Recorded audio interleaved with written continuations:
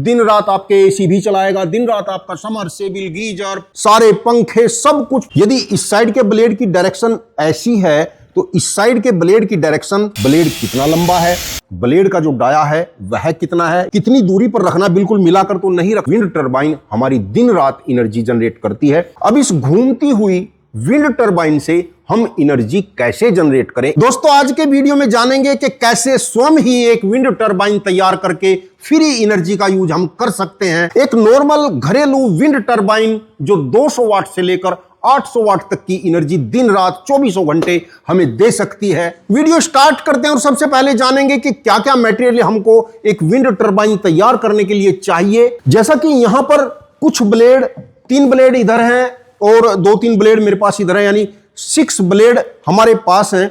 और यह ब्लेड हमने तैयार कैसे किए हैं जिनको आप भी आसानी से कर सकते हैं। यानी यह जो पाइप था, इसका जो डायामीटर था यह 6 इंच का था। कोई जरूरी नहीं है कि आप 6 इंच डाया का ही पाइप लेंगे, आप 9 इंच का भी ले सकते हैं, 10 इंच का भी ले सकते हैं। बड़े से बड़ा जो भी पाइप आपको मिल जाए, प्लास्टिक का पाइप, बहुत हल्की क्वालिटी का, बहुत सस्ते रेट का। पाइप के सीट की जो मोटाई है यह बहुत मोटी रखने की कोई आवश्यकता नहीं है। और अब इस ब्लेड की यदि लंबाई की बात करूं तो इस ब्लेड की लंबाई हो रही है 30 इंच के आसपास। इस ब्लेड की हमने लंबाई ली है, यानी आपको 30 इंच साइज का पहले अपना पाइप काट लेना है और फिर उस पाइप को बीच से काटना है, जिससे कि एक पाइप से 2 ब्लेड तैयार हो जाएंगे। इस प्रकार एक घरेलू विंड टरबाइन के लिए 4 ब्लेड यदि आप रखेंगे तो कम रहेंगे, या तो 5 या तो 6 ब्लेड आपको रखने पड़ेंगे। और जैसा कि इस ब्लेड को आप देख रहे हैं जिसका डाया 6 इंच का है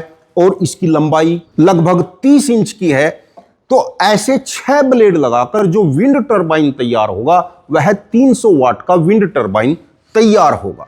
विंड टरबाइन की कैपेसिटी ब्लेड पर डिपेंड करती है। सेंटर शाफ्ट से जितनी दूर आप ब्लेड को रखेंगे वह भी विंड टरबाइन की कैपेसिटी पर निर्भर करेगा। जैसा कि यह हमारा सेंटर शाफ्ट है और इससे जो हमें ब्लेड रखना है, कितनी दूरी पर रखना, बिल्कुल मिलाकर तो नहीं रखना है, नहीं तो आपका जो विंड टरबाइन है उसके राउंड तो ज्यादा हो जाएंगे परंतु उसकी पावर यानी ताकत कम रहेगी। तो लगभग सेंटर शाफ्ट से कम आपके ब्लेड 12 इंच की दूरी पर रहने चाहिए। कम से कम 12 और ज्यादा से ज्यादा आप 2 फीट या 3 फीट की दूरी पर भी रख सकते हैं। ब्लेड को और सेंटर शाफ्ट को कनेक्ट करने के लिए आपको कम से कम 2 सपोर्ट चाहिए, जिसके लिए आपको कम से कम 1 इंच चौड़ाई की एक पत्ती लेनी पड़ेगी। इस टाइप की लोहे की पत्ती लेकर सेंटर शाफ्ट से आपको वेल्ड कराना पड़ेगा या कोई पेंच से इसको यहां पर फिक्स करना पड़ेगा और पीछे से ब्लेड को नट बोल्ट के द्वारा सेट करना पड़ेगा। एक सपोर्ट आपको यहां देना पड़ेगा, एक सपोर्ट आपको नीचे देना पड़ेगा। इस प्रकार आपको 6 ब्लेड बराबर डिस्टेंस पर सेट कर लेने हैं तो आपका समझिए कि विंड टरबाइन 80% तैयार हो जाए। इसके बाद आपको सेंटर शाफ्ट को फिक्स करने के लिए 2 बेरिंग चाहिएंगे। एक बेरिंग ऊपर लगना है, एक बेरिंग नीचे लगना। जितनी आपने ब्लेड की दूरी रखी है उससे अधिक दूरी एंगल लेकर और बेरिंग का कवर बनाकर कवर से एंगल को फिक्स करते हुए दूरी पर ले जाकर उसको ऐसे मोड़ा जाएगा। दोनों तरफ से इसको सपोर्ट देना पड़ेगा, ऊपर से भी सपोर्ट देना पड़ेगा और नीचे से भी सपोर्ट देना पड़ेगा। और आपने जो इसका फ्रेम बनाया है पहले उसको फिक्स करना है। उसके बाद जो आपकी सेंटर शाफ्ट पर सपोर्ट पत्तियां लगी हुई हैं उनसे ब्लेड को फिक्स कर लेना है।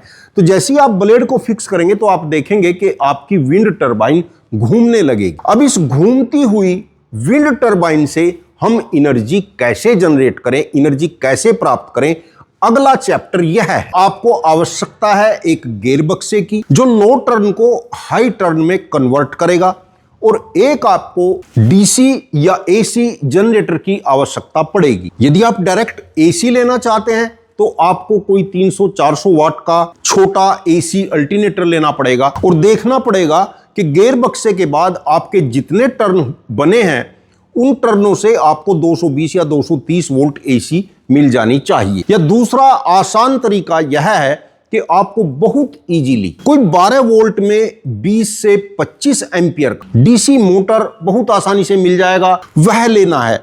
यह जो मैं आपको पार्ट बता रहा हूं, कंपोनेंट बता रहा हूं, यह वह है जो इजीली आपके आसपास आपको बहुत आसानी से बहुत कम कॉस्ट में मिल सकते हैं। और यदि गियर बक्सा आपको नहीं मिलता है, आपको टेंशन हो रही होगी कि ऐसा गियर बक्सा हम कहां से लाएंगे, तो यदि गियर बक्सा आपको नहीं मिल पाता है तो आप इस शाफ्ट पर नीचे की तरफ अपनी एडजस्टिंग के हिसाब से देख लेना है। जहां पर आपने बेरिंग सेट किया है उससे नीचे भी एक साइकिल का व्हील लगा सकते हैं या ऊपर भी लगा सकते हैं, यानी बेरिंग से ऊपर या नीचे एक साइकिल का व्हील आपको फिक्स करना है, क्योंकि साइकिल का व्हील बड़ा हो जाएगा और उसको आप अपने मोटर पर एक छोटी बेल्ट वाली गरारी लगाकर टर्नों को कई गुना बढ़ा सकते हैं। और एक डीसी का मोटर लेकर 12 वोल्ट का मिले, या आपकी यदि 2 बैटरी हैं तो 24 वोल्ट का लेना है और सीधे अपनी बैटरी से उसको कनेक्ट करना है। तो दिन रात हवा से आपकी टरबाइन जैसे ही चलेगी, आपकी बैटरी को एनर्जी मिलती रहेगी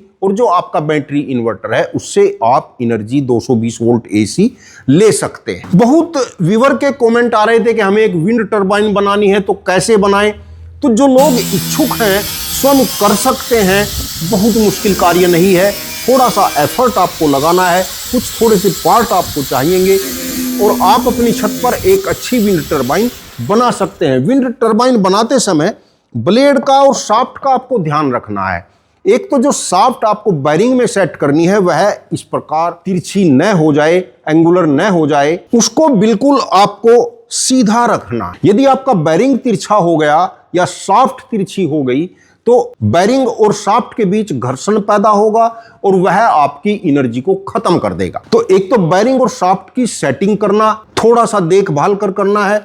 और जब ब्लेड सेट करने हैं, इनकी जो डायरेक्शन रहनी है, जैसे मान लीजिए सेंटर शाफ्ट के एक साइड में आपने यह ब्लेड रखा है, दूसरे साइड में यह ब्लेड रखा है और यहां पर देख रहे हैं कि इनकी डायरेक्शन गलत। यदि इस साइड के ब्लेड की डायरेक्शन ऐसी है तो इस साइड के ब्लेड की डायरेक्शन ऐसी होनी चाहिए, तभी आपकी टरबाइन घूमेगी। यदि आपने दोनों ब्लेड की साइड ऐसे कर दिया तो नहीं, आपकी जो टरबाइन है वह रन नहीं करेगी।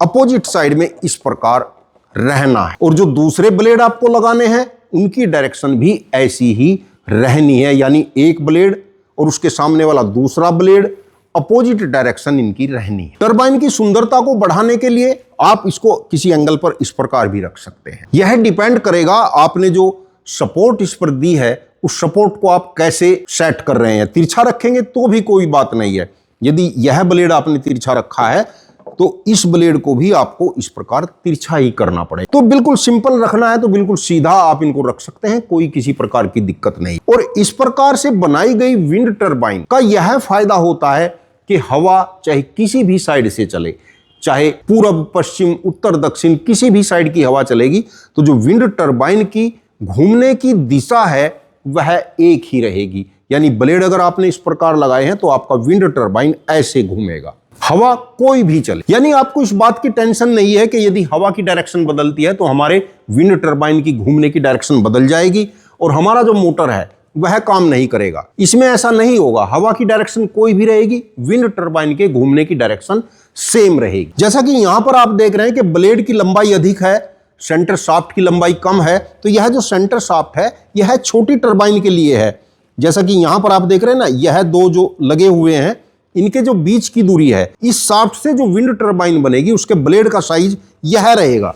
नाप कर आपको बता देता हूं, और यह हो रहा है 20 इंच का, यानी इस शाफ्ट के साथ 20 इंच लंबाई का ब्लेड चलेगा, क्योंकि नीचे की तरफ भी और ऊपर की तरफ हमको इतने लंबाई की शाफ्ट यानी 6 इंच से लेकर 12 इंच लंबाई तक की शाफ्ट खाली रखनी पड़ेगी, क्योंकि इसमें हमारा बेरिंग आएगा और साथ में फ्रेमिंग भी होगी। उसी प्रकार नीचे बेरिंग भी आएगा और हमारा एक व्हील भी सेट होगा। जैसा कि यह 30 इंच लंबाई के ब्लेड हैं तो इसके लिए जो आपको शाफ्ट चाहिएगी तो कम से कम 52 इंच लंबाई की शाफ्ट इस ब्लेड के साथ लगेगी। और आपके विंड टरबाइन की पावर निर्भर करती है ब्लेड के साइज पर। ब्लेड कितना लंबा है, ब्लेड का जो डाया है वह कितना है, यानी डाया यदि अधिक होगा तो पावर भी अधिक होगी। लंबाई ब्लेड की अधिक होगी तो विंड टरबाइन की पावर भी अधिक हो जाएगी। और दोस्तों ध्यान रखें कि आप यदि विंड टरबाइन बना रहे हैं और आपके यहां हवाएं नहीं है, यानी हवा नहीं चलती है, तब आपका विंड टरबाइन नहीं चलेगा। आप कितने भी बड़े ब्लेड लगा लीजिए, कितनी भी बड़ी विंड टरबाइन बना लीजिए, यदि हवा का फ्लो नहीं है तो विंड टरबाइन नहीं चलेगा। क्योंकि दोस्तों इस चैनल पर आप रियलिटी देखते हैं, ऐसा नहीं कि जैसे कि YouTube पर आजकल आप देखते हैं बहुत सारी फेक वीडियो आपको मिलती है। छोटी सी फिरकी दिखाएंगे और उस फिरकी को चलाकर घुमाकर दिखाएंगे कि देखिए दिन रात आपके एसी भी चलाएगा, दिन रात आपका समरसेबिल, गीजर, सारे पंखे, सब कुछ पूरे घर का लोड इस विंड टरबाइन से चलेगा। छोटी सी विंड टरबाइन दिखाते हैं, तो वह सब फेक वीडियो होती है। तो इस तरीके की फेक वीडियो यहां पर नहीं दिखाई जाती, मैं आपको स्पष्ट बता रहा हूं, क्योंकि आपका कुछ पैसा भी खर्च हो जाए, एफर्ट भी लग जाए और हवा में फ्लो नहीं है तो विंड टरबाइन नहीं चलेगा। विंड टरबाइन वहां के लिए है जहां एयर फ्लो रहता है, यानी हवा की स्पीड किलोमीटर प्रति घंटा से लेकर 15 किलोमीटर प्रति घंटा की यदि रहती है तो विंड टरबाइन सक्सेस है। जैसा कि यदि मैं अपने क्षेत्र की बात करूं तो हमारे यहां हवाएं नहीं चलती हैं, यानी तेज हवाएं नहीं चलती हैं। गर्मियों के दिनों में दिन के समय में कभी कभी हवाएं चलती हैं और कभी कभी हवाएं बिल्कुल भी नहीं चलती हैं, तो यहां पर विंड टरबाइन का उतना अधिक लाभ नहीं मिलता है। हां, जिन स्थानों पर हवाएं दिन रात बहती रहती हैं, बेशक वह किसी भी दिशा में बहती रहती हो, वहां पर विंड टरबाइन का सोलर पैनल से भी अधिक फायदा होता है, क्योंकि विंड टरबाइन हमारी दिन रात एनर्जी जनरेट करती है। सोलर पैनल हमारे केवल दिन के समय 6 घंटे के लिए ही एनर्जी जनरेट करते हैं, वहीं पर विंड टरबाइन 24 घंटे एनर्जी का जनरेशन कर सकती है। तो दोस्तों एक बहुत लंबे समय से व्यूअर के कमेंट आ रहे थे कि हमें विंड टरबाइन बनानी है, हमें क्या करना है। बिल्कुल कुछ भी नहीं है, आसान कार्य होता है, स्वयं आप इसको बना सकते हैं। बहुत सारी कंपनियां भी मार्केट में हैं जो लाखों रुपए आपसे लेंगी, और यदि हवाएं नहीं है तो वही 100 वाट, 200 वाट, 300 वाट की एनर्जी का जनरेशन उनसे होता है। और यदि आपको विंड टरबाइन के संबंध में कुछ और जानकारी लेनी है तो कमेंट में जरूर लिखें। वीडियो अच्छा लगा हो तो लाइक कर देना। चैनल को यदि अभी तक सब्सक्राइब नहीं किया तो प्लीज चैनल को सब्सक्राइब करके बेल आइकन का बटन जरूर दबा लेना। वीडियो देखने के लिए आपका बहुत बहुत धन्यवाद। नमस्कार दोस्तों।